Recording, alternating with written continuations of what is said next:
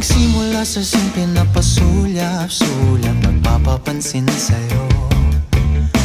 Umabot sa palitan ng mga mensahe, kilig na kilig ako. Kumusta, kain na, hello, magandang umaga. Ingat ka, pahinga, huwag kang masyadong magpupuyat pa.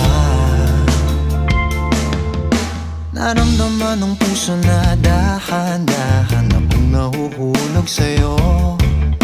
Sa kada araw natin na pag-uusap, meron nang namumuo. Ngunit di ko na alam